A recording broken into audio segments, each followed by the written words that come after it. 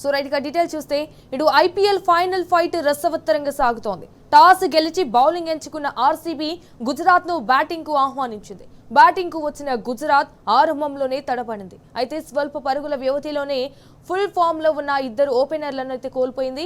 Last match లో సెంచరీతో చెలరేగిన గిల్ ఫైనల్లో 10 పరుగులు మాత్రమే చేసి నిరాశపరిచాడు. ఇటు సాయి సుదర్శన్ 12 పరుగులు చేసి వెనుదిరిగాడు. భువనేశ్వర్, హేజిల్వుడ్ చెరో వికెట్ దక్కించుకున్నారు.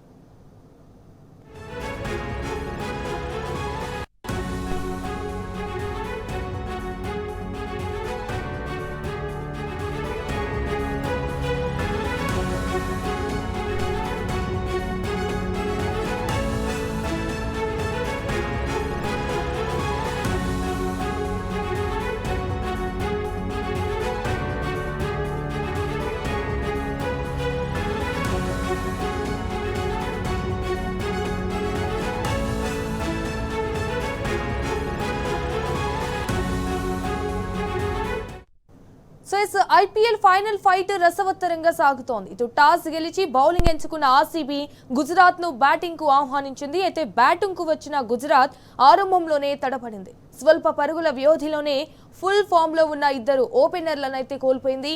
లాస్ట్ మ్యాచ్ లో సెంచరీతో చెలరేగిన గిల్ ఫైనల్లో 10 పరుగులు మాత్రమే చేసి నిరాశపరిచాడు. సాయి సుదర్శన్ 12 పరుగులు చేసి వెనుతిరిగాడు. అయితే ఇటు భువనేశ్వర్, హేజిల్వుడ్ చెరో వికెట్ దక్కించుకున్నారు.